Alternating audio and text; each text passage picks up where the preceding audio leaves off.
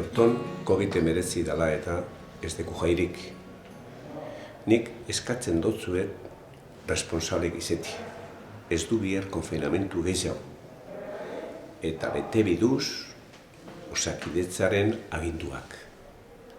Hilien 16-en, Udalatzeko plazan, ipingo dugu kandela handi bat, bizimoduen eta itxaropenaren alde. Este año, debido al COVID-19, no tenemos fiestas. Hago un llamamiento a la responsabilidad de cada uno de nosotros. No necesitamos más confinamientos.